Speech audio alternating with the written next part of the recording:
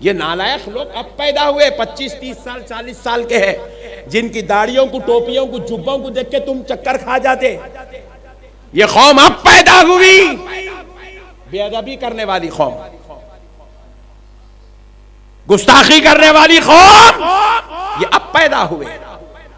میرے پیارے بزرگ اور دوستو، اب آؤ آپ کو اور ایک بات سناؤں، آپ کا ایمان تازہ ہو جائے گا۔ حضرت سیدنا امام احمد بن حنبل کون ہے؟ 7.5 لاکھ حدیثوں کے حافظ۔ سبحان اللہ۔ کون ہے بولو؟ 7.5 لاکھ حدیثوں کے حافظ۔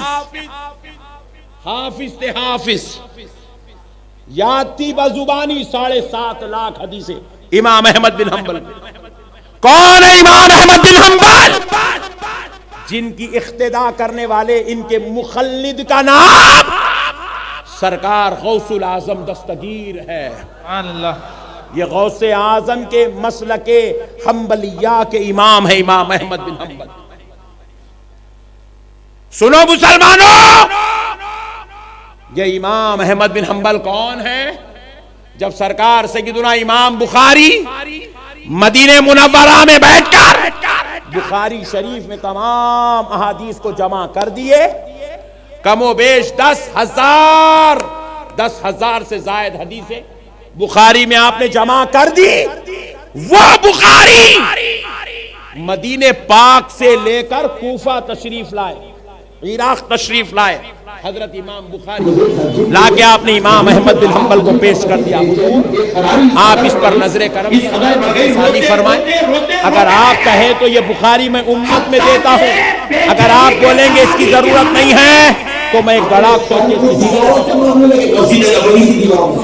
امام احمد بن حنبل نے اجازت دی تو امام بخاری نے اس کتاب کو دوری دنیا میں پھیلایا۔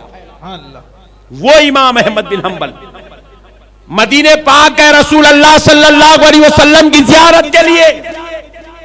جب آپ صبح سے لے کے عشاء کی نماز تک دربار رسالت میں کھڑے رہے، بیٹھے نہیں، کھڑے رہے، صبح سے لے کے شام تک کھڑے ہوئے دربار رسالت میں، ادب سے ہاتھ بن کے کھڑے ہوئے حضور کے دربار میں، حضور کے ادب میں، احترام میں، تعظیم میں، تکریم میں کھڑے ہوئے۔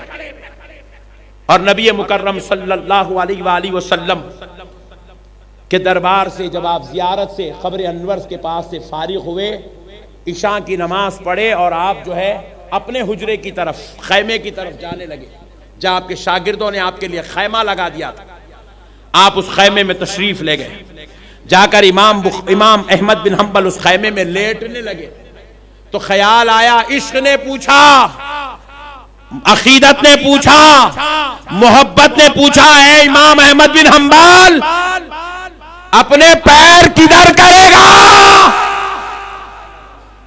سامنے قبلہ ہے، ادھر روضہ رسول صلی اللہ علیہ وسلم ہے، ادھر جنت البقیع ہے، ادھر اصحاب اکرام کے گھر ہے۔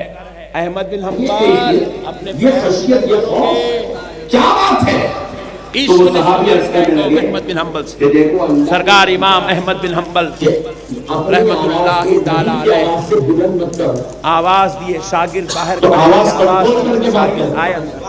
تشریف لائے۔ آپ نے کہا مجھے ایک زمین کھودنے والا اوزار، لیکن پھر بھی میری آواز، زمین کھودنے والا اوزار لا کے دو۔ تو آپ کے شاگردوں نے آپ کو سبل اور پھوڑا لا کے دیا۔ سبل سے زمین کھودتے گئے، پھوڑے سے مٹھی نکالتے گئے، سبل سے زمین کھودے، پھوڑے سے مٹھی نکالے، اتنا گڑا بنائے یہ گھٹنوں تک آپ اس میں اتر سکتے تھے، اتنا گڑا کھود دیا۔ ہر روز رات میں اپنے پیروں کو وہ گڑے میں رکھتے اور زمین پہ لیٹ جاتے۔